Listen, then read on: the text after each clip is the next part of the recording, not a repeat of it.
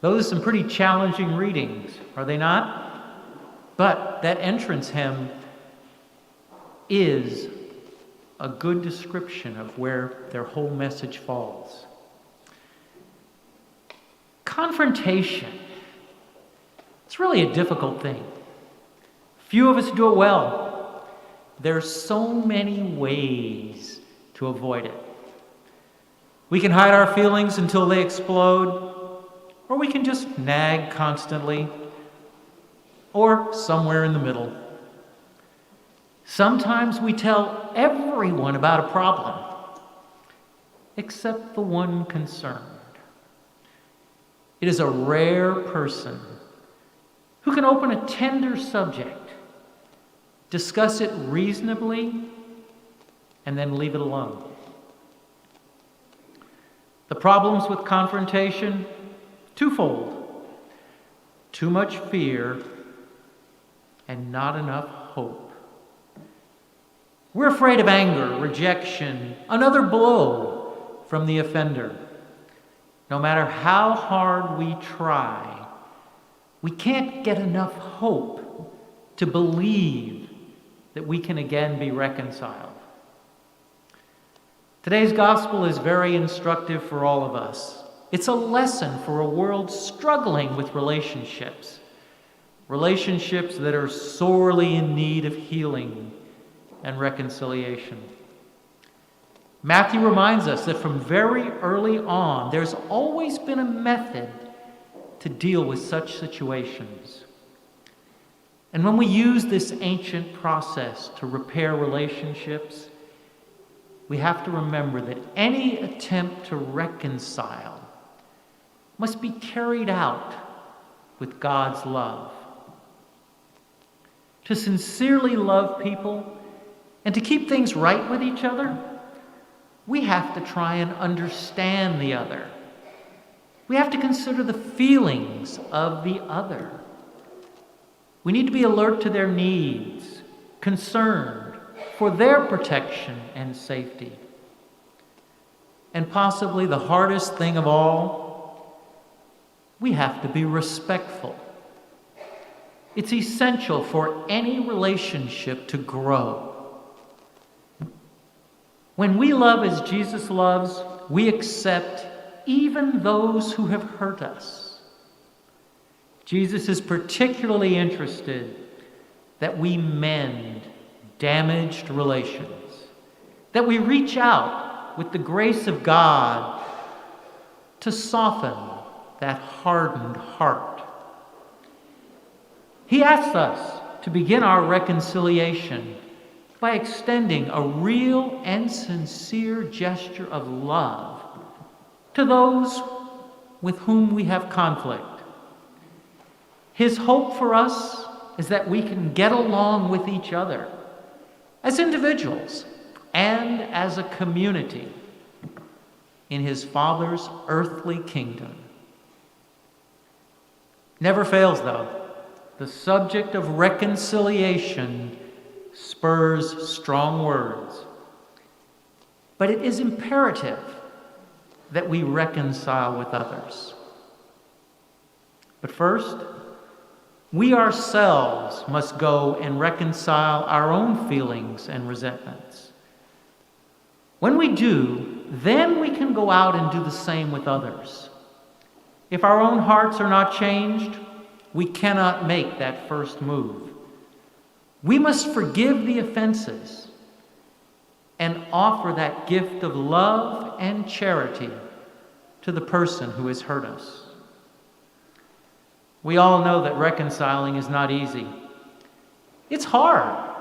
It goes against our natural instincts, especially when we have been deeply hurt. We're conditioned culturally to approach reconciliation in ways that are very different from the gospel.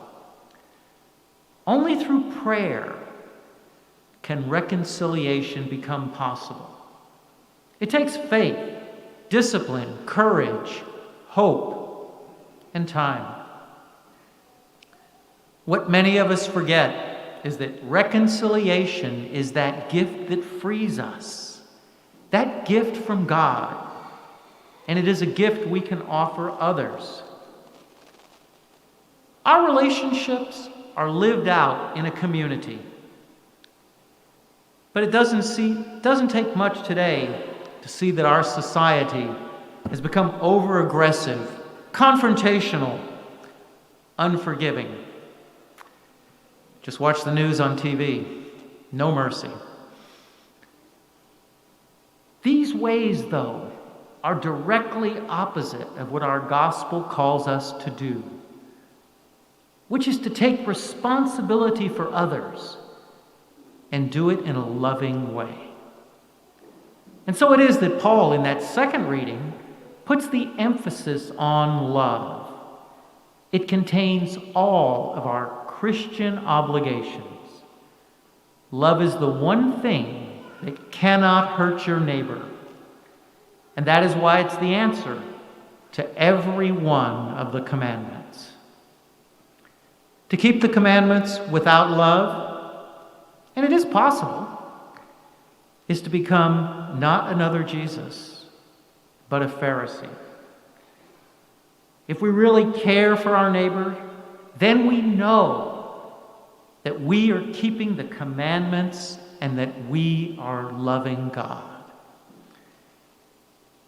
We have to look carefully at the needs of our brothers and sisters.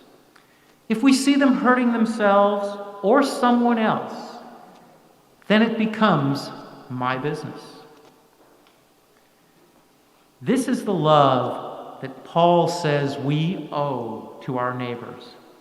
To love our neighbors as ourselves, to be vitally concerned for their salvation. Love supports our patience and creates true peace. We must make every effort, as Jesus says, to win our brothers and sisters back, to turn them from a false path. It is, in the final analysis, love that never gives up on the other. Love that expects goodness, even from the enemy.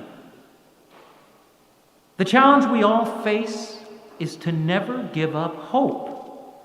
We must have the greatness of heart to hope, even in the one who has wronged us.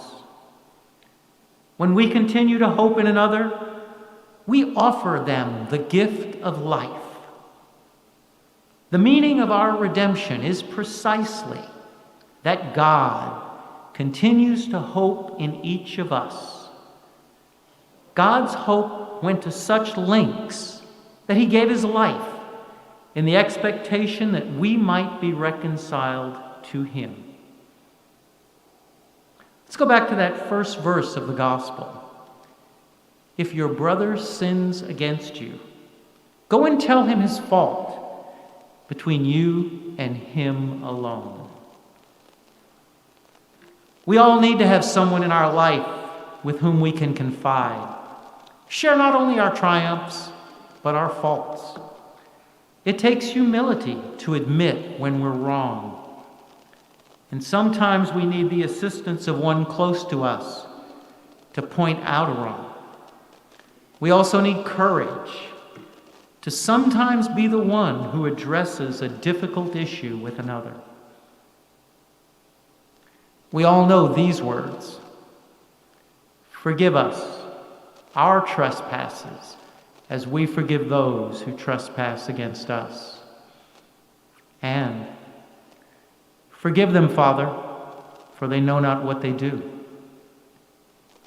Christ gave his life in the expectation that we would turn from the wicked ways and live.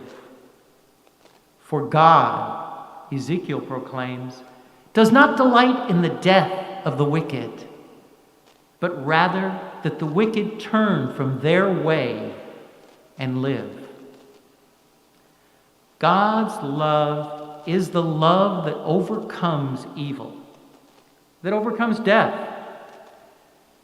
This is the love that expects everything from us. This, in turn, is the love that we owe to each other.